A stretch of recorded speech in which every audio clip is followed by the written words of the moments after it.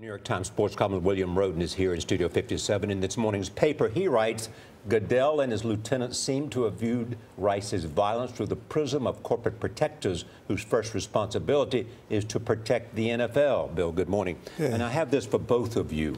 Is there evidence out there? Is there reason to believe that someone in the NFL saw the second tape? I think there's probably not evidence, but there's certainly reason to believe that a league that prides itself on its security, that prides itself on its connection to Homeland Security, that has former FBI agents working for them, former New York police.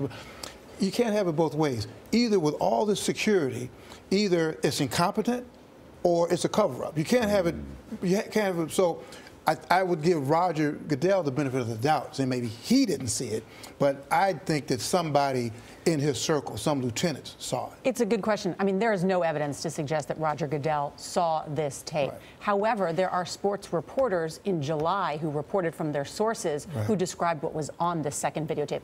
Everybody knew the second videotape was out there. The question was, did anybody know it was the contents of this, and should that have influenced the decision? If that it was this graphic, should that have changed some of the decisions? But you get the impression that if he'd seen that, he says, based on his reaction to the second tape, he would have made a different decision. He said that exactly. But as you say, though, I mean, seriously, and again, this is a problem. The NFL has turned this into a legal problem, a business problem. This is a moral problem. Yeah. And they never saw this through the lens of a moral problem. If this guy, Goodell, I think he's got a daughter.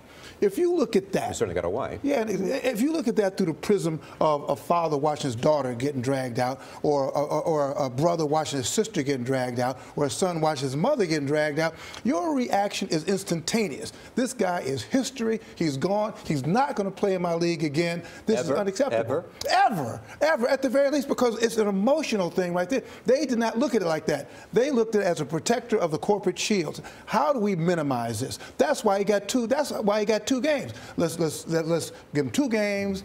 Take an aspirin. You know, wake up in the morning, tell us how you feel, and then it's over. And it was only because people saw this. That's why we're here. Not because of some moral process that led them, because we got busted.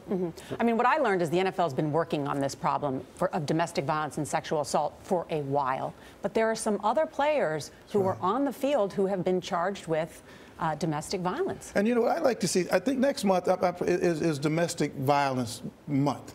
And I would love to see these groups, men and women, to basically target every single team, NFL team, that has people on that team, on that field, that's either on the field and has been convicted or even not. I mean, I don't know if that's going to make a dent against the league that's printing money, but there has to be some type of consciousness among. We can't continue to be addicted to this game. There's some more questions to ask, and we'll ask them later in this program. We'll have a lot more ahead. Bill, thanks. Good to see you.